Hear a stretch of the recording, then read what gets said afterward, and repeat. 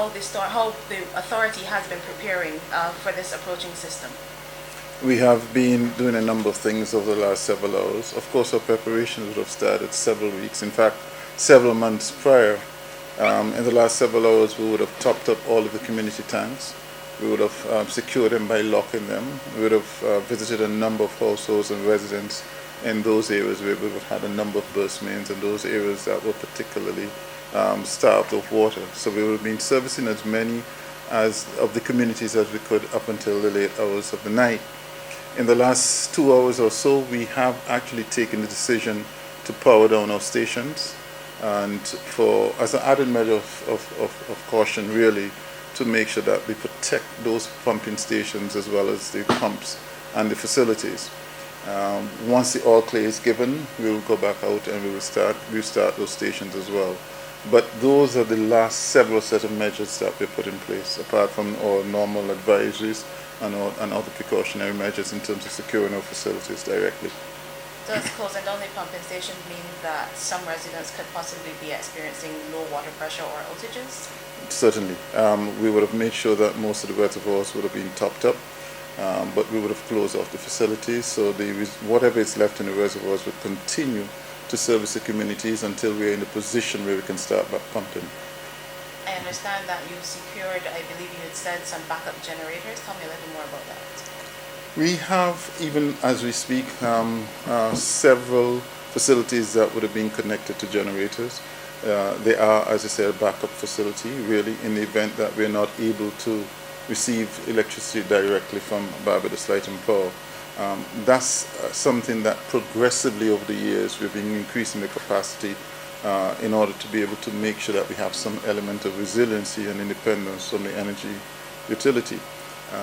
We have coverage at the moment for at least 80% of our water supply. We're hoping that as we go forward we'll certainly have more than 100%, in the sense that we'll have some measure of redundancy.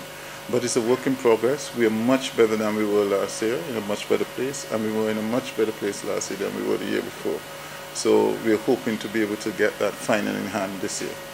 As it relates to critical facilities such as the hospital and certainly shelters now that some people Yes. are in them, what is the Water Authority doing to secure supply in those sort of facilities? Those will be part of the checks that we would have done earlier in the evening as well, certainly in the last 2 days as well. The Category 1 and Category 2 shelters, we're always performing checks and would have checked to see what the status would have been. They would have all been topped up. They are connected directly to the mains through what we call a throughput or flow-through type arrangement. We would have also checked on all the essential services. They're similarly set up. We are aware of all the capacities of all of the essential services, polyclinics, police stations, etc. We keep track of what capacity, storage capacity they have, and we make sure that we do the necessary top-ups, and we understand by mode to assist wherever we can as well. And finally, what would your advice be to homeowners in terms of storage of water?